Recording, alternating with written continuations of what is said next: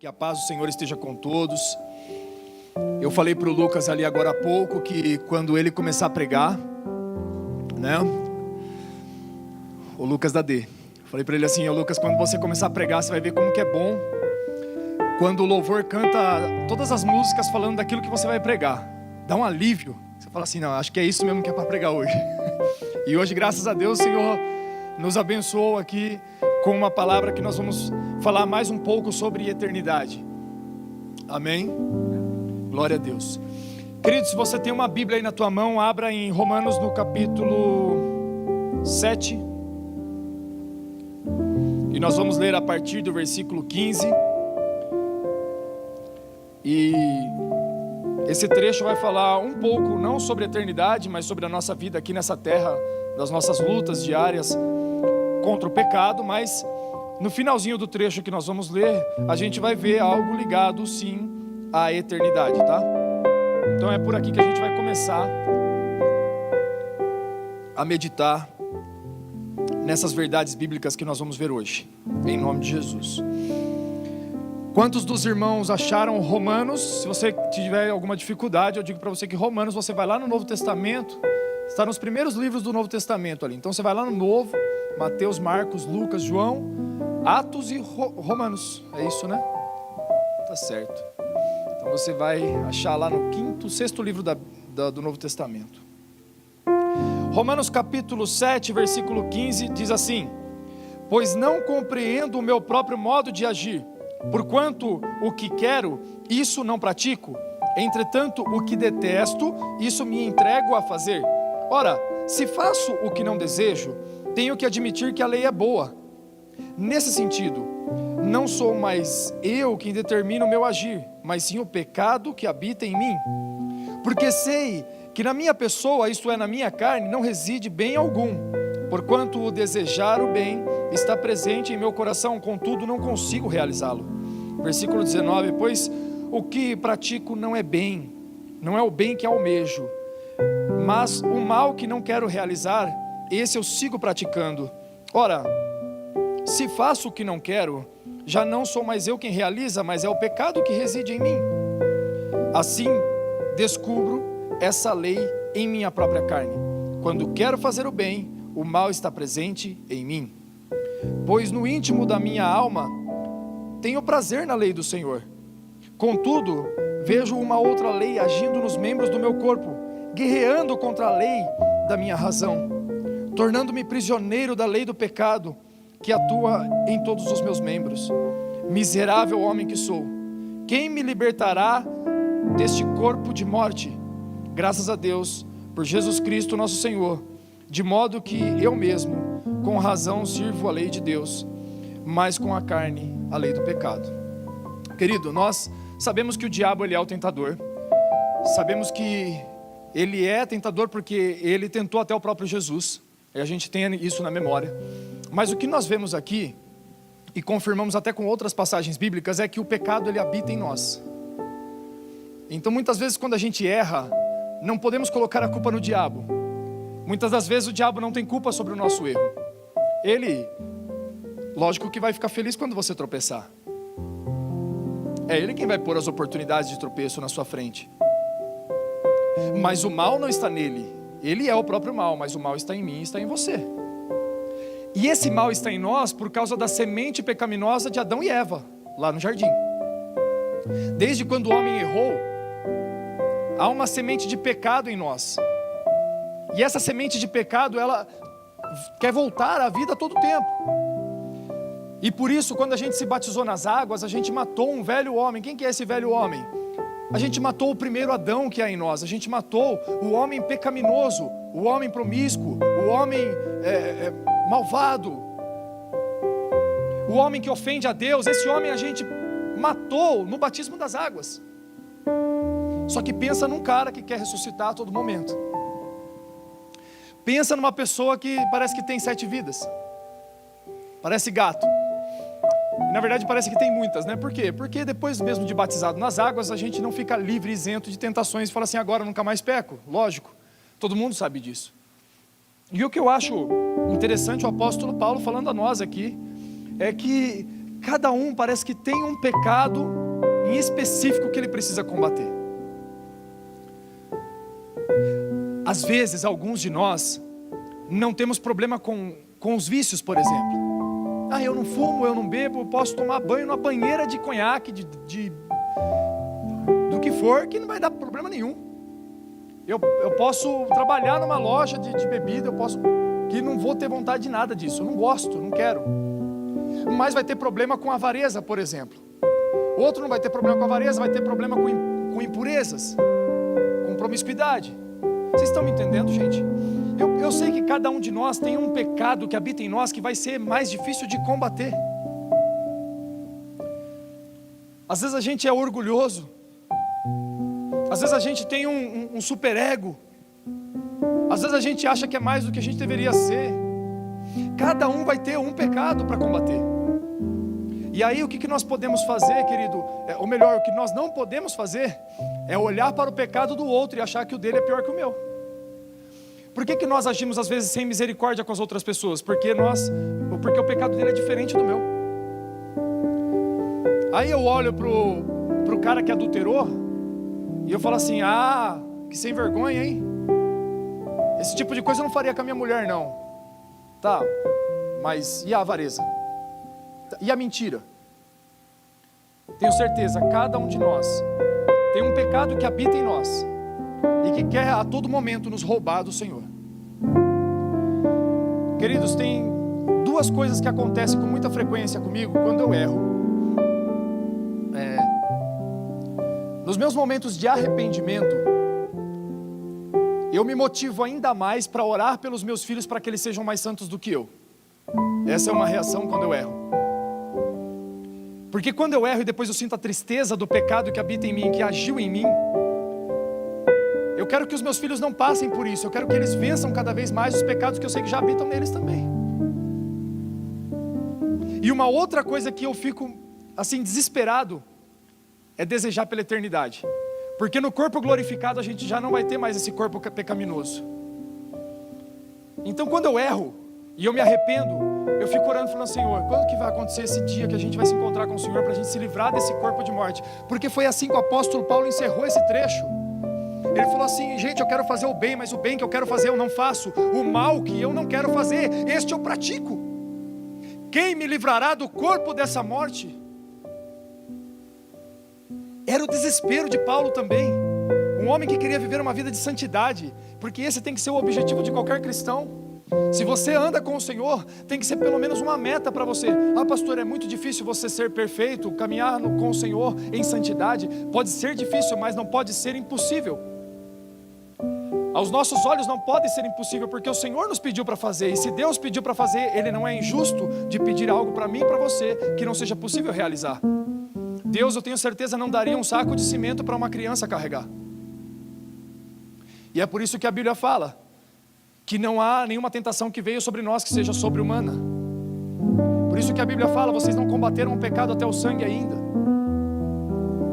Então não há desculpa para pecarmos. Glória a Deus. Então eu tenho que ter pelo menos a consciência de que é para mim um objetivo de vida viver sem pecar. Mas a todo momento, nós com esse objetivo de vida, sermos tentados de novo pela nossa carne, pelo pecado que habita em nós, nos fará refletir sobre essa carne pecaminosa, sobre esse corpo pecaminoso. E aí chega o momento de nós de novo olharmos para a eternidade. Quem me livrará do corpo dessa morte? Eu quero que esse seja o tema dessa mensagem. Quem me livrará do corpo dessa morte? O apóstolo Paulo, depois de fazer a pergunta, ele fala assim: graças a Deus por Cristo Jesus, nosso Senhor, de modo que eu mesmo com a razão sirvo a lei de Deus, mas com a carne a lei do pecado. Quando ele está falando isso, ele fala assim: graças a Deus por Cristo Jesus, porque é nele que eu encontro salvação. Quem me livrará do corpo dessa morte? Graças a Deus em Cristo Jesus. Por quê, gente? Porque a esperança do crente não está em outra coisa senão no Senhor. Amém? Queridos, e eu já quero começar a pensar nisso, porque em nós foi soprado, a Bíblia fala lá em Eclesiastes capítulo 3, foi soprado um sopro de eternidade, um anseio pela eternidade, um desejo pela eternidade.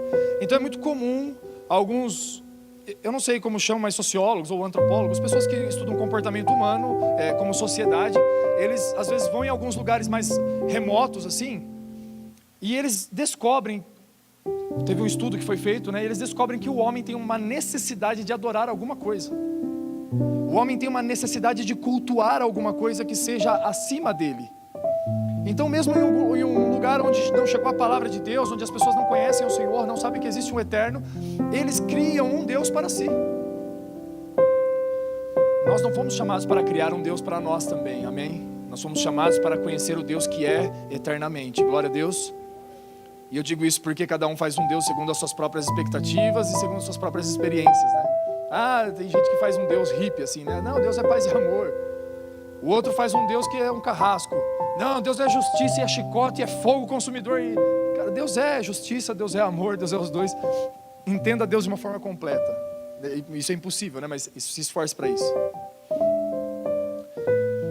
Mas as pessoas têm o desejo, elas têm um anseio, uma vontade de adorar alguma coisa que seja maior do que elas. Isso porque o Senhor soprou em nós um sopro de eternidade. Quando o Senhor soprou a vida, o fôlego de vida no homem, Ele soprou também esse desejo por eternidade. E aí o homem agora passa a desejar algo que está fora do plano natural. E aí existe uma coisa, querido, você não pode preencher o seu desejo por coisas eternas com coisas passageiras. Isso vai adoecer a tua alma. O salmista falou assim: por que te abates dentro de mim, ó minha alma? Espera em Deus, confia nele.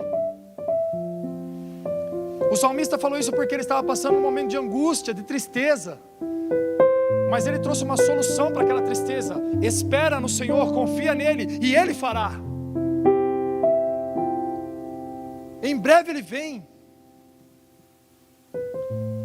O salmista nos dá uma aula aí, queridos, que a gente precisa tomar para as nossas vidas, que quando eu estiver triste, angustiado, eu não posso procurar solução em outras coisas.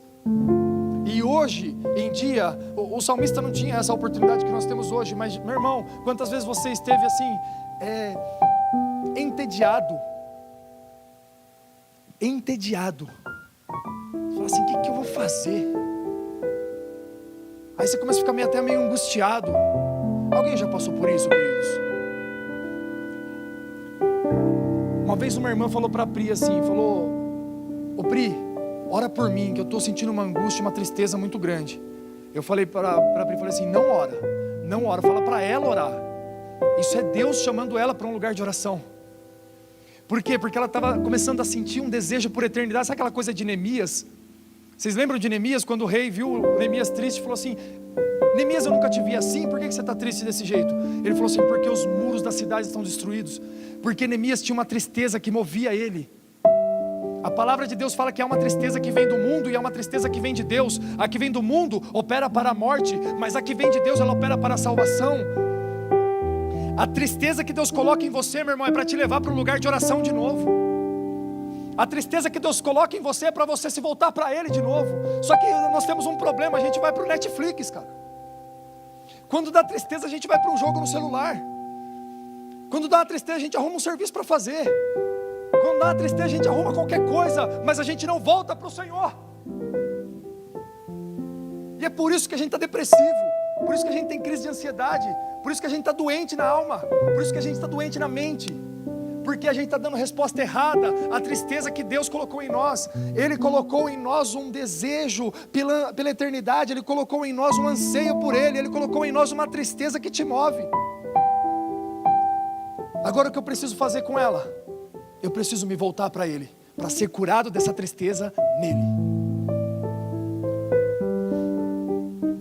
Eu estava falando ontem com os jovens aqui que essa semana eu passei um pouco de susto aí, meu coração começou, eu ando um pouco estressadão assim com o trabalho, muita coisa para fazer, um momento um pouco difícil assim, no sentido de cuidado com o José em casa, a Pri sobrecarrega também, então a gente chega em casa, enfim, né? É muito prazeroso teu filho. Eu falo, amor, e aí, você quer mais um? Ela fala, no momento agora, começa a pensar em não ter. Mas quando crescer um pouquinho mais, a gente encoraja de novo e põe mais filho no mundo aí. Mas hoje em dia, assim, o José traz uma demanda maior.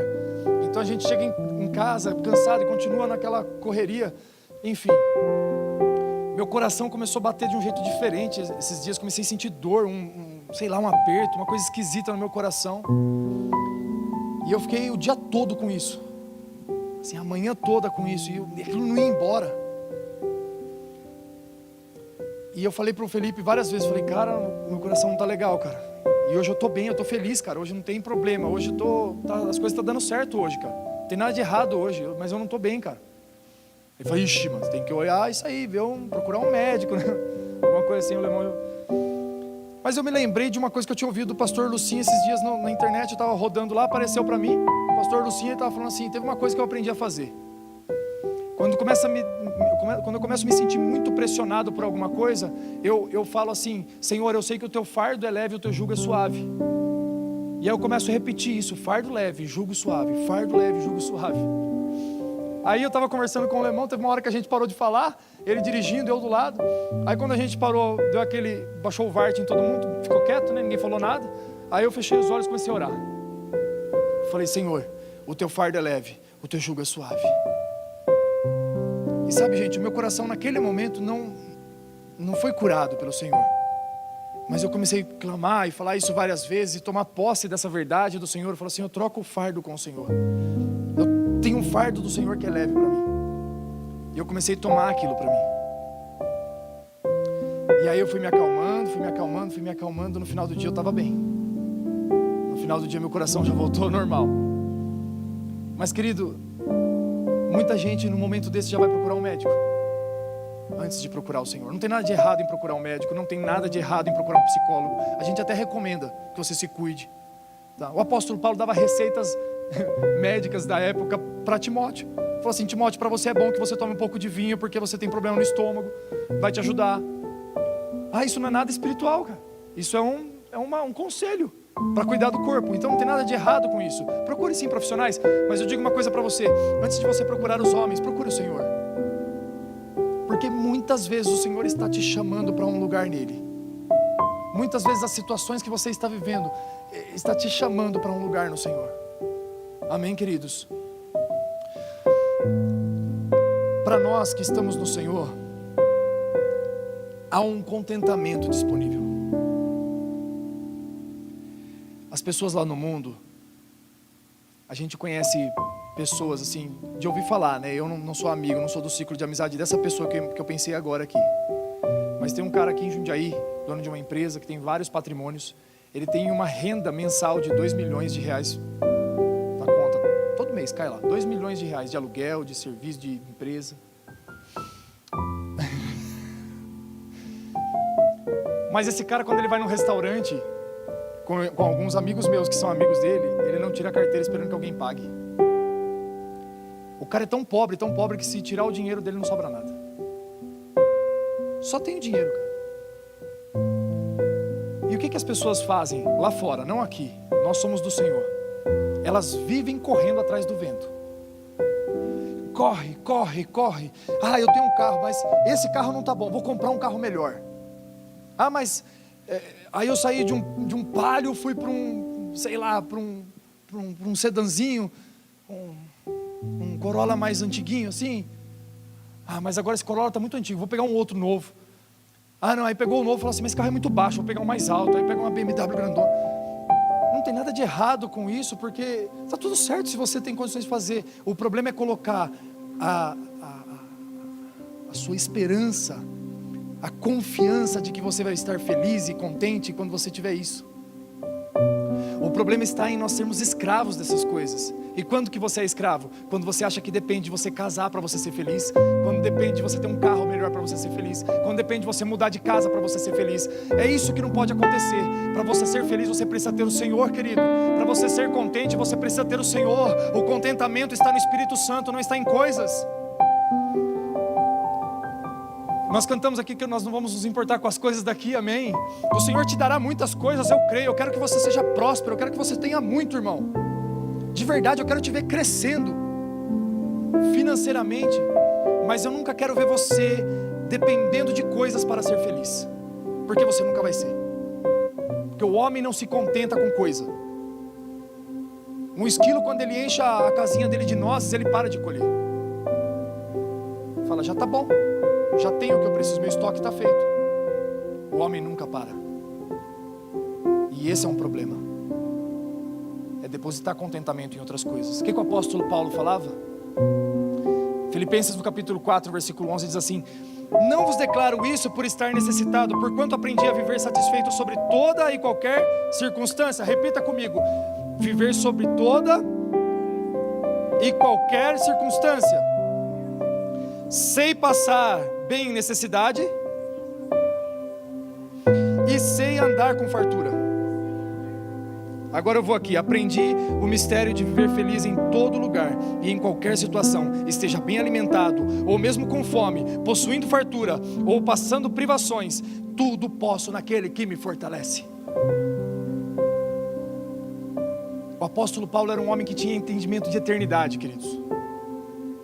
Ele falava de alguém que ele conheceu, que nós sabemos que era ele mesmo, pelo menos é o que todo mundo julga ser, né? E a gente acredita, que conheceu o terceiro céu. Onde você está, manto? Em que dimensão você está? Está no primeiro céu, está no segundo céu? Né? Tem uma brincadeira entre os pastores que é assim, quando a gente vai conversar um com o outro. Onde você está, irmão? Fui te procurar, não te achei. Está no primeiro céu, está no segundo céu. O apóstolo Paulo já visitou o terceiro céu. Um cara que tinha um entendimento do que é a eternidade. Ele visitou o lugar onde nós vamos morar. O lugar onde Deus está, queridos. E aí quando ele passava a fartura, ele sabia viver. Quando ele passava a necessidade, sabia viver. Ah, pastor, mas precisa saber viver na fartura? A impressão que dá é que a gente já sabe, né? Você fala assim, rico eu já sei ser, pobre é fácil. Assim, pobre é difícil, a gente já aprendeu. Ser rico que agora é de boa. A gente sempre pensa assim, todo mundo imagina o que faria se ganhasse uma bolada aí. Quantos irmãos aqui jogam na Mega Sena? Não, brincadeira.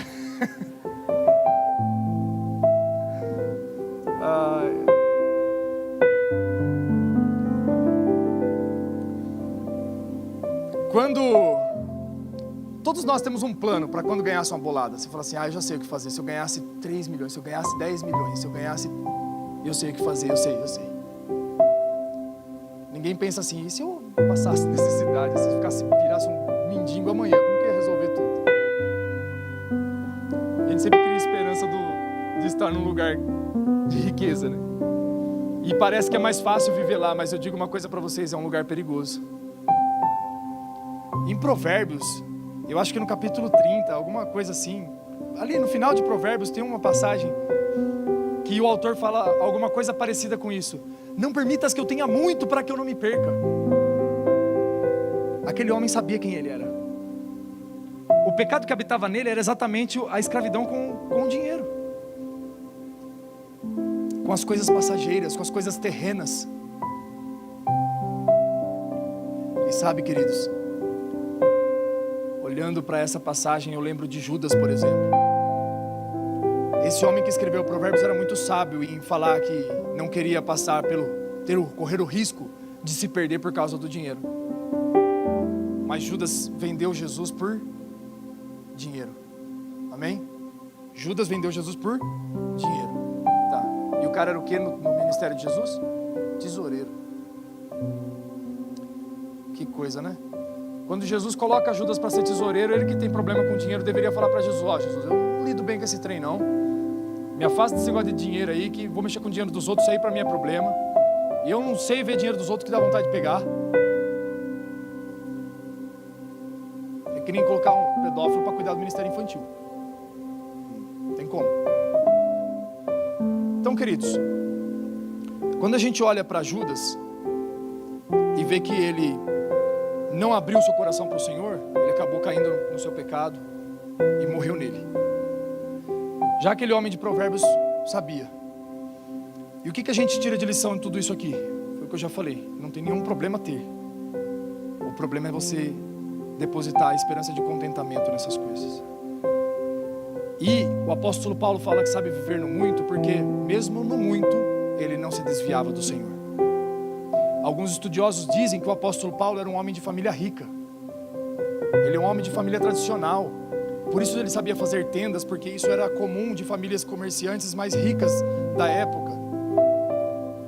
Então o apóstolo Paulo era acostumado sim com um pouco mais de grana. E quando ele se deu ao Senhor, ele ficou acostumado a viver sem.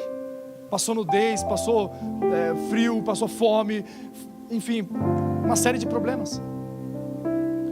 Mas a esperança dele não estava nas coisas terrenas. Ele falava assim: eu tudo posso naquele que me fortalece. E a gente usa esse tudo posso no sentido de empoderamento. Tudo eu posso naquele que me fortalece. Por um certo ponto de vista até está certo, mas aqui está escrito: tudo eu posso suportar naquele que me fortalece. Eu suporto qualquer adversidade porque eu estou com o Senhor. Eu sei que Ele não vai deixar faltar. Quando migrei de empregado para autônomo, eu tive que ter uma consciência. Não era o meu patrão que me dava o meu dinheiro. Não era o meu patrão a minha fonte de renda. Não era a empresa que eu trabalhava a minha fonte de renda. A minha fonte de renda é o Senhor. Por isso tudo eu posso naquele que me fortalece, porque eu tenho confiança de que é Ele que está cuidando de mim. Não é um patrão. E esses dias eu falei aqui no discipulado, não sei se ficou muito bem claro isso, porque eu falei assim, desejem estar num lugar melhor. Desejem ser alguém que possa patrocinar a obra do Senhor. E eu falei assim, como alguém poderia pensar, mas para o senhor que é empresário é mais fácil, no sentido de que assim, você não tem um fixo, você pode ter mais, ou menos, depende do mês. Era essa a intenção. Mas eu quero dizer para você que é assalariado, eu digo uma coisa para você: não é o seu salário que é a sua fonte de renda. A sua fonte é o Senhor, querido. A sua fonte é o Senhor, a sua recompensa é o Senhor. Conheço gente assalariada que do nada assim, faltava dinheiro para pagar a conta. Esses dias atrás aconteceu isso com um amigo meu. Faltava 2.000 e tantos reais. O patrão dele chegou e falou assim: tô aqui uma premiação para você. Premiação, do nada. Uma premiação para você, tá aqui, 2,5 contos na mão dele. Que era o que ele precisava para pagar. E aí a fonte de renda dele é o quê? O salário dele? Não é, é o Senhor. É o Senhor cuidando da casa, da família dele. Amém, queridos? Por isso nós podemos dizer assim: tudo eu posso naquele que me fortalece. A nossa esperança não é para essa era, mas é para uma época vindoura. E é por isso que o homem interior se renova dia após dia. A Bíblia fala que o homem exterior, ele se corrompe. E aí fala do pecado que habita em nós, fala da nossa carne. A gente fica cansado, a gente peca, a gente erra. Mas a Bíblia fala que o homem interior, ele se renova dia após dia. Por que o homem se renova? Porque o homem interior tem consciência de eternidade. O homem interior é diferente do exterior. O exterior deseja as coisas terrenas, visíveis e passageiras. O homem interior que há em nós deseja as coisas invisíveis e eternas. Haverá o grande dia do Senhor, queridos. Está lá em 1 Tessalonicenses, no capítulo 4, versículo 13, diz assim: não desejamos, no entanto, irmãos, que sejais ignorantes em relação aos que já dormem no Senhor, para que não vos entristeçais como os outros que não possuem esperança. Aqui tem um ponto que eu quero chamar a atenção dos irmãos. Esses dias eu vi um debate, eu também citei isso ontem no culto de jovens. Eu vi um debate de uma mulher ateia, né? Que eu falo que é o feminino de ateu, é à toa. Uma mulher à toa e um cara crente, e eles dois debatendo. E ela falou assim: eu não acredito que possa existir um Deus que, depois da gente viver uma vida de sofrimento aqui nessa terra, queira depois castigar aqueles que não fizeram aquilo que Ele pediu. E aí esse homem respondeu para ela assim, aí a galera bateu palma em volta. Ei! E ele falou assim: tá certo, a diferença entre mim e você é que nós vamos passar pelos mesmos sofrimentos, mas eu tenho uma esperança. Você não tem. Eu falei: uau, esse cara é muito inteligente, cara. Foi algo de Deus assim na vida dele. Foi uma sacada muito rápida, assim, muito certeira. Aí a galera que estava em volta aplaudiu ele depois. Eu falei: pode não ter convertido aquela mulher, mas muita gente ali em volta falou: não, é verdade. Ele falou assim: eu tenho uma luz no fim do túnel, cara. Eu tenho uma esperança, eu conservo uma esperança. E queridos, a nossa esperança não está em coisas passageiras, porque assim, eu já vi muita esposa vindo para a igreja sozinha, sentava numa cadeira e guardava o lugar do lado para o marido, que não vinha para a igreja. Ela vinha sozinha para a igreja, guardava o lugar do lado e falava assim: o meu marido que vai sentar aqui, essa cadeira que ninguém senta, que é aqui, meu marido que vai sentar. E o marido dela não chegava, os irmãos falavam: tá ocupado? Tá, meu marido vai sentar aqui. Aí a irmã: então tá bom, vou procurar outro lugar. Passava o culto inteiro, o marido não chegou, né?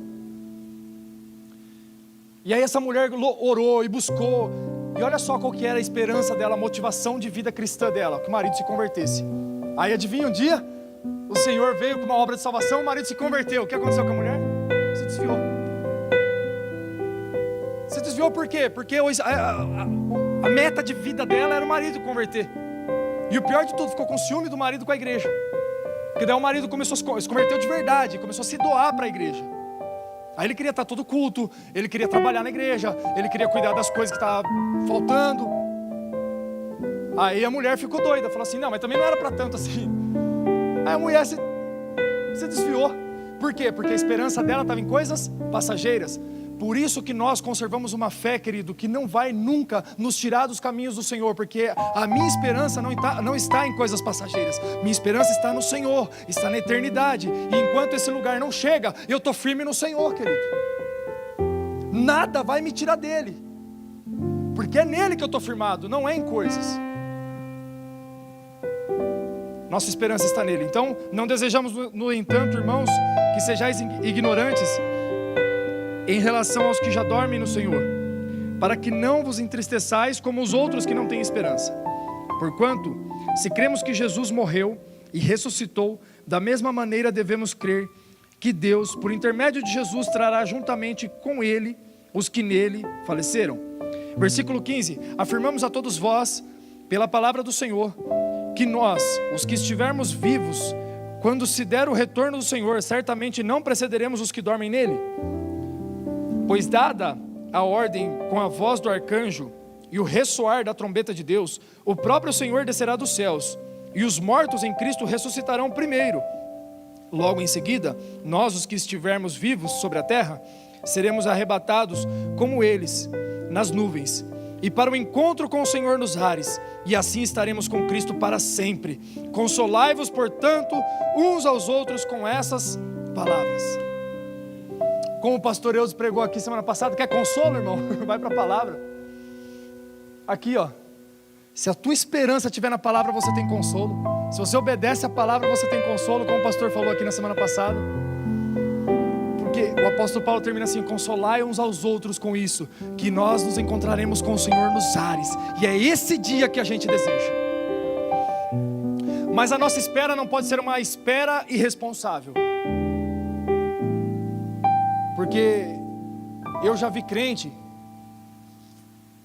que fazia conta, por exemplo, fazia dívida, que não precisava, falando assim: amanhã Jesus volta mesmo. E vocês já ouviram alguma coisa assim ou não? Só eu ouvi ou não? Eu já ouvi coisa assim desse tipo. Vai saber, né? Amanhã Jesus volta, a gente ficou com vontade de comer alguma coisa e não comeu. Gente, cada coisa que a gente já ouviu, né? É muito tempo de crente. Uma vez minha mãe perguntou para a irmã, falou assim: irmã Dirce, acho que era esse o nome, que nome esquisito, Dirce. Ô Dirce, Jesus Cristo volta ou não volta? Falou: não vem até agora, não vem mais. Aí uns perdem a esperança, sabe? Mas queridos, assim, a gente não vive de forma irresponsável, porque o Senhor está voltando. Mas quando a gente olha para a igreja primitiva, a gente percebe que a igreja primitiva, eles vendiam tudo o que tinham, e eles repartiam o que eles vendiam. Vendia, pegava o dinheiro e repartia entre a igreja mesmo, e ninguém tinha falta de nada. É isso que a Bíblia fala. E sabe por que aqueles irmãos faziam isso, queridos? Porque eles estavam preocupados em acumular tesouros eternos e não terrenos. A igreja primitiva tinha ainda uma esperança muito mais viva do que nós sobre o retorno de Jesus. Os pastores da época pregavam: Jesus está à porta, Jesus está voltando, Jesus está vindo, Jesus já vai voltar. E os irmãos criam nisso. Os irmãos conservavam essa esperança. E hoje em dia nas igrejas parece que não se prega mais sobre a volta, o retorno de Jesus. Se prega muito sobre o que a gente vai viver aqui nessa terra. Eu digo uma coisa para você, não tem nada de errado em falar sobre a nossa vida aqui na terra, porque a gente precisa ter uma boa conduta aqui, mas a gente precisa conservar essa esperança e lembrar a todo tempo do sacrifício do Senhor, da presença dele em nós e de uma consciência de eternidade. A gente precisa gravar isso em nós. Eu não sou daqui, eu vou voltar para minha casa, o meu Pai está me esperando, tem um lugar preparado para mim, aonde estiver o meu Senhor, lá eu estarei. Essa foi a palavra de Jesus para nós. Eu vou preparar-vos lugar, para onde eu estiver, para que onde eu estiver, estejais vós também.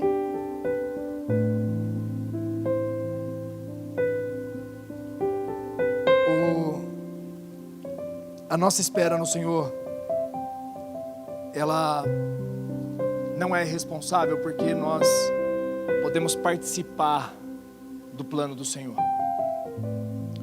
Os planos do Senhor para a humanidade não foram concluídos. Nós estamos ainda percorrendo esse caminho. E nós podemos participar desse plano de Deus.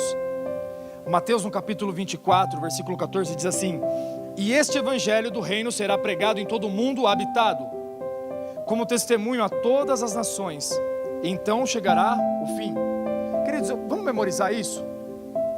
Fala comigo assim, ó: o evangelho do reino será pregado em todo o mundo habitado, como testemunho a todas as nações, então chegará o fim. Ok? Então nós temos um parâmetro aqui, a gente já tem um marco aqui,